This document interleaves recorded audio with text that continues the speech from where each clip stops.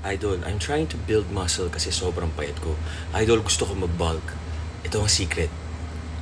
Resistance training. Progressive overload. Ibig sabihin yan, kung 5 push-ups lang kaya natin ngayon, after 1 week, dapat 7 na push-up. After 2 weeks, 10 na push-up. Nagpo-progress yung reps. Pag may weights naman, kunwari 10 pounds, or next week, 15 pounds. And then after 1 month, 20 pounds. Progressive overload. Nasi-stimulate yung muscle.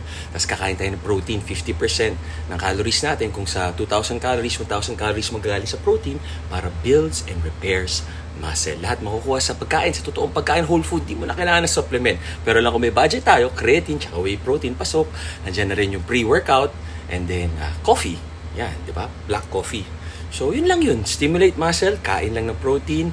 Carbs, 30%, so 500 calories. Tapos fat, 20%, so 400 calories. Tama kayo, mali ako. I'm not your doctor. Do what works for you. God bless. Happy, healthy.